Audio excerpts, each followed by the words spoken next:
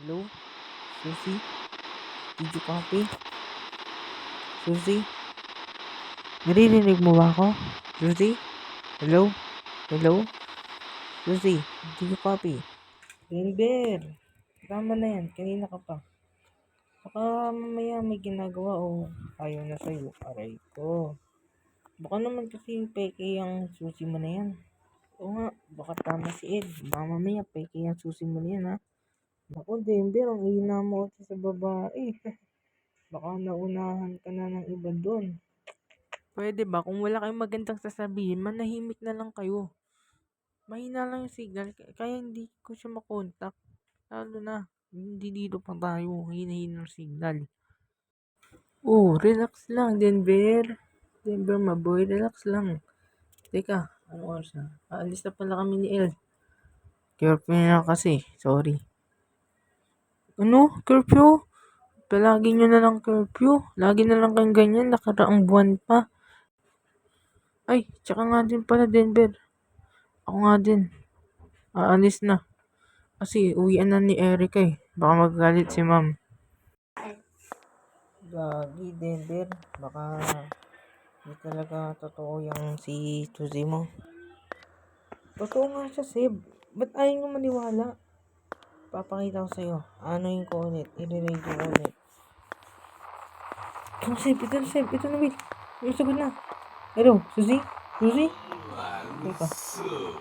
Suzy? Hindi naman si Suzy to.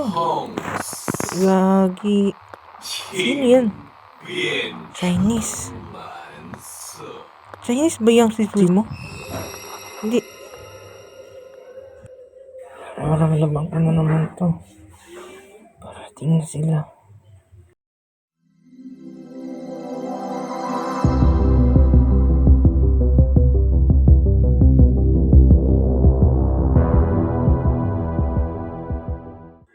Sip, may naisip ako. What if kung gawin natin itong pagiging makapagligtas ng Pilipinas mo? Imagine mo, nakuha natin yung spy sa Pilipinas. Tapos, hindi natin sasabihin sa mga tao dahil tayo magiging ano na ito, tagapagtanggol. Kailangan lang natin masolve kung ano sinasabi nila para maging tagapagligtas tayo ng Pilipinas. Baliw ka na ba, Denver? Denver, gumising ka nga. Ano tagapagtanggol? Kailangan natin sabihin yan sa mga tao. Hindi pwede. Paano kung katulad dito sa akin? Hindi natin pwede sabihin. Mapapatay tayo. Oo nga no. O sige, gawin natin yan Gawin natin yan. Oo. Nasaan kaya yung si Denver?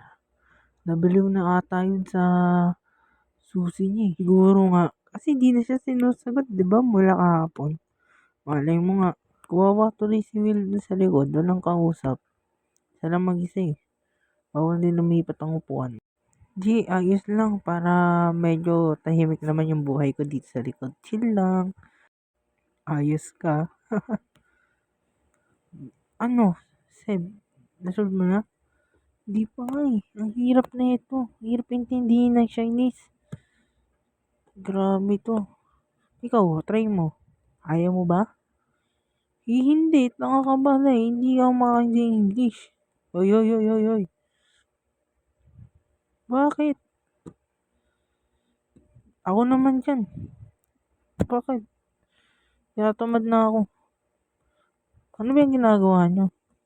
Wala to. Doon ka muna. Ako bahala sa'yo. Sus.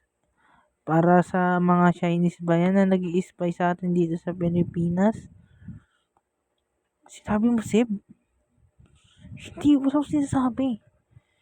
Tanga. Ang lalakas sa mga bulungan nyo. Rinig na rinig ko sa labas. Sige na. Akin na yan. Tulungan ko kayo dyan. Marunong ako mag-Chinese. May Chinese yung lahi namin eh. Sure ka?